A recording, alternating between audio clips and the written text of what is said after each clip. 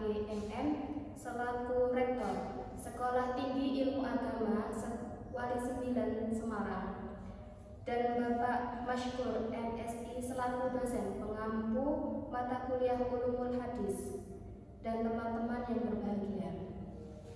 Pertama-tama marilah kita panjatkan puji syukur kehadirat Allah Subhanahu wa Ta'ala yang telah memberikan nikmat, sehat dan inayahnya sehingga kita dapat berkumpul di ruangan yang sejuk ini.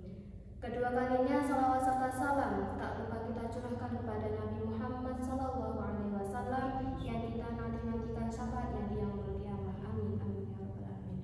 Pada kesempatan kali ini kami di sini akan menyampaikan hasil diskusi kelompok 8 dengan materi yaitu yang pertama syarat-syarat seorang perawi, yang kedua tahammul wal ada, yang ketiga periwayat hadis secara lafaz, yang keempat istilah dalam periwayatan hadis, dan yang kelima gelar ulama hadis.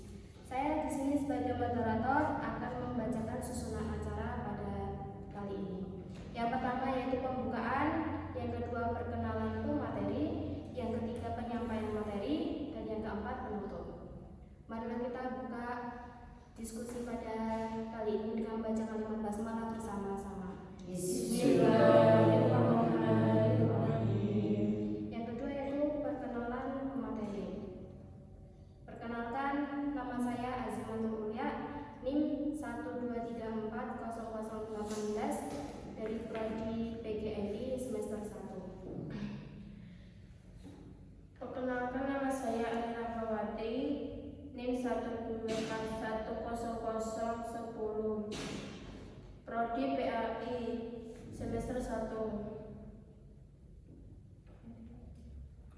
Nama Kiai Kasabrina, NIM 1234017 dari Prodi PGMI semester 1. Perkenalkan, nama saya Sukma Nadia, NIM 123400019. Saya dari Prodi PGMI dan saya sekarang ada di semester 1. Perkenalkan, nama saya Rilbo Mutakin, NIM 123100021, Prodi PAI semester 1. Baik, selanjutnya yaitu penyampaian materi. Materi pertama yaitu pengertian perawi. Secara bahasa yaitu orang yang meriwayatkan atau memberikan hadis kepada manusia. Sedangkan secara istilah yaitu perawi adalah orang yang terakhir membawa hadis. Yang kedua yaitu syarat-syarat seorang perawi. Syarat seorang perawi dibagi 5. Yang pertama balik, yaitu seorang perawi mencapai usia di mana seseorang dianggap sudah dewasa dan dapat membedakan baik dan buruk. Yang kedua yaitu muslim. Syarat ini berarti perawi harus beragama Islam. Yang ketiga yaitu adil. Perawi harus memiliki integritas yang baik dan tidak melakukan dosa besar atau dosa kecil. Yang keempat yaitu zabit, yang artinya perawi memiliki kemampuan mengingat yang kuat atau hafalannya yang kuat. Yang kelima yaitu tidak syad, yang artinya hadis yang diriwayatkan oleh perawi tidak bertentangan dengan hadis yang lebih. Selanjutnya itu akan disampaikan oleh Pak Pengertian tahammul wa'ada.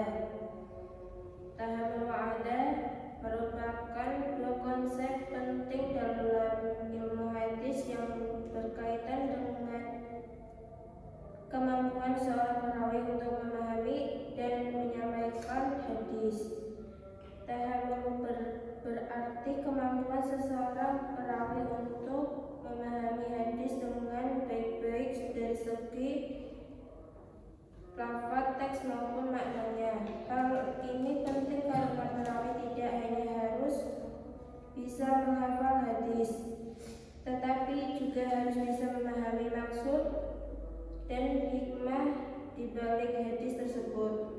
Ada berarti kemampuan seorang perawi untuk menyampaikan hadis dengan tepat baik dari segi lafaz, teks maupun makna. Hal ini penting karena perawi harus bisa menyampaikan hadis dengan jelas dan akurat tanpa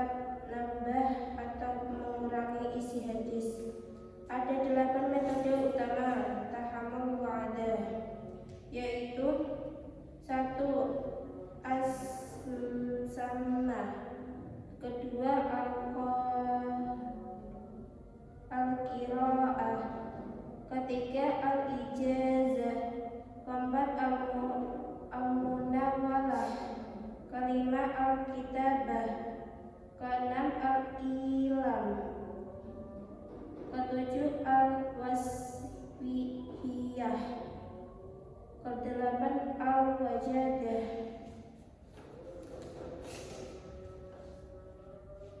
Cara periwayatan hadis.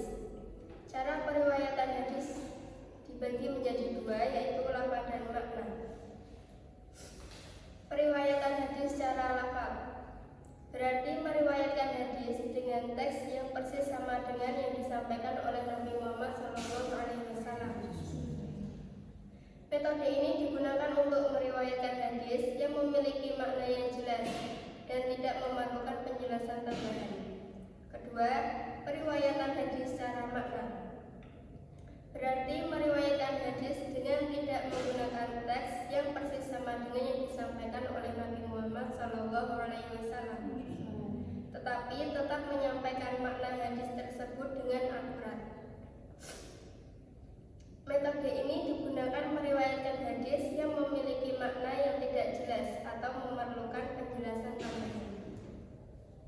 Yang kelima, ada istilah dalam periwayatan hadis. Di dalam periwayatan terdapat beberapa istilah yang digunakan oleh para ilmu hadis terkait dengan rawi. Beberapa istilah tersebut adalah sebagai berikut. Yang pertama ada al-muttafiq dan al-muftarid. Al-muttafiq merupakan isim maf'ul dari al-ittifaq yang berarti keselarasan.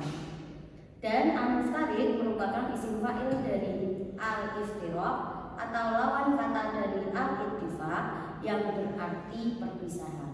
Secara istilah, al-muttafiq dan al-muftarid ialah keselarasan nama rawi beserta nama bapak mereka dan yang seterusnya, baik secara lafal maupun tulisan. Kemudian yang kedua ada al-muhmal. Al-muhmal merupakan isim maf'ul dari al-ihmal yang berarti at-taraf atau tinggalan. Yang dimaksud tinggalan di sini ialah seakan-akan seorang rawi menyebutkan satu nama tanpa menyebutkan sesuatu yang membedakannya dengan yang lain. Kemudian yang ketiga ada al-alqab. Al-alqab merupakan jamak dari kata laqab yang berarti setiap sifat yang menandakan suatu kemuliaan atau kelemahan ataupun yang menunjukkan kepada pujian atau celaan. Dalam hal ini al-alqab ialah menyelidiki dan meneliti gelar-gelar para ahli hadis dan rawi hadis untuk mengetahui dan menghafalnya secara terperinci. Kemudian yang keempat ada al-mubhamad, ialah rawi yang disamakan namanya dalam matan ataupun sanad atau apa saja yang berhubungan dengan riwayat. Kemudian yang kelima ada al-hudan. Al-hudan ialah para rawi yang riwayatnya hanya diambil oleh seorang rawi saja.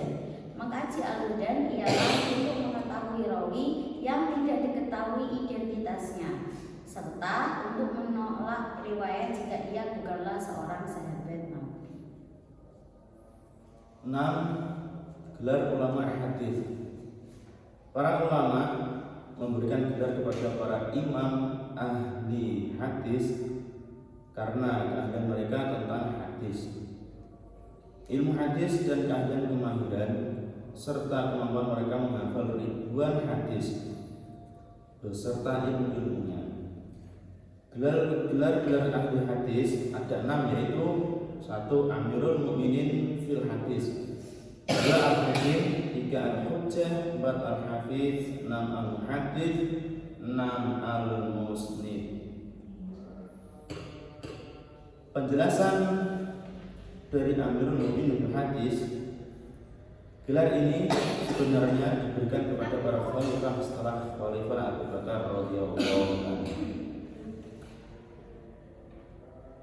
Para muhadditsin pada masa itu seolah berfungsi khalifah dalam menyampaikan sunnah. Dari kalangan ulama hadis mutakhirin yang memperoleh gelar ini adalah An-Nawawi, Ibnu Hajar Asqalani, Al-Mizzi. Al-Hakim yaitu orang yang menguasai seluruh ilmu-ilmu hadis sehingga tidak ada yang tertinggal darinya. Maksudnya suatu gelar keahlian bagi imam-imam hadis yang menguasai seluruh hadis yang merawiyah, baik matan maupun sanadnya. Al-hujjah yaitu gelar keahlian bagi para imam yang sanggup menghafal 300 hadis, baik matan, sanad maupun perihal si rawi tentang keadilan, kecacatannya, biografinya, riwayat hidupnya. Al-hafiz ialah gelar untuk ahli hadis yang dapat menshahihkan sanad dan matan hadis dan dapat mentakdilkan dan menjarkan rawinya. Seorang al-hafidz harus menghafal hadis-hadis sahih, minimal menghafal 1000 hadis. Al-hadis menurut muhadditsin muqaddimin, al-hafidz dan al-muhaddits itu searti, tetapi menurut mutaakhirin al-hafidz itu lebih khusus daripada al-muhaddits. Muhaddits yang dapat gelar ini antara lain Ibnu Katsir dan Ibnu Al-Zabidi. Al-musnid yaitu gelar keahlian bagi orang yang meriwayatkan sanadnya, baik menguasai ilmunya maupun tidak. Al-musnid juga disebut dengan at-thalib, al-muqtadi dan ar-rawi. Dengan demikian, maka ukuran pemberian gelar tersebut bukan sekedar didasarkan kepada jumlah hadis yang dihafalkannya saja, tetapi juga diukur dari segi penguasaan dan kemahiran di bidang ulumul hadis. Antara ulama yang digelar dengan al-musnid yaitu Syekh Alwi Al-Maliki, Maulana Syekh Waliullah Al-Dhuhwi, Syekh Yasin Al-Faduni. Baik, cara selanjutnya yaitu penutup. Mari kita tutup dengan kalimat hamdalah bersama-sama. Alhamdulillahirobbilalamin. Semoga dari penyampaian materi dari kelompok 8 bermanfaat untuk kita semua, dan apabila dari kelompok 8 ada kesalahan kata atau perbuatan, mohon dimaafkan sebesar-besarnya. Wallahul muwaffiq ila aqwamit thoriq. Wassalamu